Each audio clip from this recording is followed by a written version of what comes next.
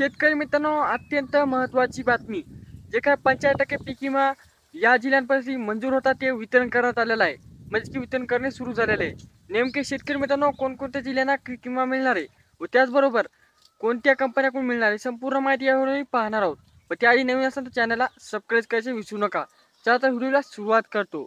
शेतकरी मित्रांनो, तुम्हाला माहीत आहे की जो काही तुम्हाला 25% अग्रिम मंजूर करण्यात आला होता, त्यापासून शेतकऱ्यांची जी काही अपेक्षा होती ती पूर्ण होत नव्हती. शेतकऱ्यांचे जे काही नुकसान होते ते भरून मिळत नव्हते. त्यामुळे आता महाराष्ट्र शासनाने जे काही उर्वरित 95% पीक विमा होता ते पण मंजूर करण्यात आला होता. त्यामध्ये राज्याचे 34 जिल्हे मंजूर होते. आता शेतकरी मित्रांनो, त्यामध्ये 2-3 टप्पे करण्यात आले होते. पहिल्या टप्प्याची माहिती आपण दिली होती. त्यानंतर शेतकरी मित्रांनो 9 कंपन्याकडून राज्यातील विविध जिल्ह्यांना पैसे मिळणार आहेत. आणि शेतकरी मित्रांनो हेक्टरी 12,500 ते 40,000 पर्यंत शेतकऱ्यांना पैसे मिळू शकतात. त्यानंतर शेतकरी मित्रांनो, या 95% पीक विम्यामध्ये तुमचा समावेश असणार आहे का नाही हे कशावरून समजायचे ते समजत आधी तुम्हाला कळतो की जे काही तुम्हाला 25% अग्रिम मिळालं असेल तुम्ही 95% अग्रिमसाठी बी मंजूर आहात, हे पात्र आहात शेतकरी हे समजून घ्यायचे आहे.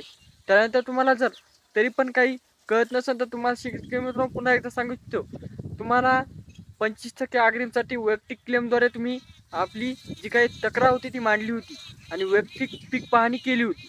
त्यामुळे शासनाला डायरेक्ट ॲपद्वारे ती पीक पाहणी व पीक क्लेम गेले होते.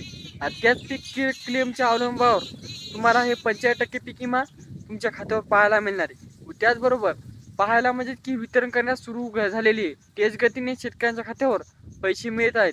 व त्याचबरोबर माणिकराव कोकाटे साहेबने सांगितले होते की शेतकऱ्यांच्या खात्यावर डीबीटीद्वारे पैसे येणार आहेत. तर डीबीटी प्रणाली कशाद्वारे चालते तर शेतकरी मित्रांनो, तुमचे आधार कार्ड बँकला लिंक पाहिजे व आधार कार्डची केवायसी पूर्ण पाहिजे, तरच तुम्हाला हे पैसे तुमच्या खात्यावर पाहायला मिळतात.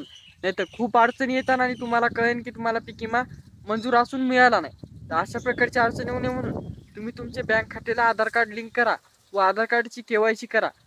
जे काही जिल्हे तुम्हाला माहीत आहेत 25% अग्रिमसाठी मंजूर होते ते म्हणजे की परभणी, नांदेड, हिंगोली, छत्रपती संभाजीनगर, धाराशिव हे 5 जिल्हे 25% अग्रिमसाठी अधिसूचना काढून मंजूर करण्यात आले होते. व त्याचबरोबर उर्वरित बाकी 34 जिल्ह्यांचं काय, तर उर्वरित बाकी 34 जिल्ह्यांना वैयक्तिक क्लेम करून व जे काही तुमची स्वतः तक्रार करून पाठवण्यास सांगण्यात आले होते. म्हणजे जे काही जिल्हे असो, तालुके असो किंवा गाव असो, तुमच्या गावातील काही 50 शेतकरी असतात त्याचे नुकसान झाले असतात त्यांनी वैयक्तिक क्लेम करून पाठवायची होती. अशा प्रकारची प्रणाली होती.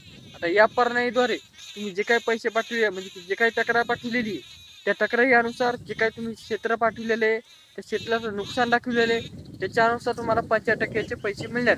त्यामध्ये तुमचं पीक असेल, कापूस असेल किंवा सोयाबीन असेल यासाठी तुम्हाला पैसे मिळणार आहेत. कापूस सोयाबीन 95% पीक विमा आता वितरण करण्यास सुरू होणार आहे. येत्या काही काळामध्ये तुमच्यापर्यंत पैसे पोहोचून जातील. भेटूया नेक्स्ट मध्ये. पण त्याआधी जर पैसे पोहोचले असेल तर ओके लिहा, पोहोचले असेल तर नाही लिहा. व त्याचबरोबर 25% पीक विमा जर तुम्हाला प्राप्त झाला असेल तर तुम्ही हा ओके लिहा. आणि झालं नसेल तर तुम्हाला हे 95% बी होणार का नाही त्याच्याविषयी नेक्स्ट व्हिडिओमध्ये माहिती सांगू. भेटूया नेक्स्ट व्हिडिओमध्ये. तोपर्यंत धन्यवाद.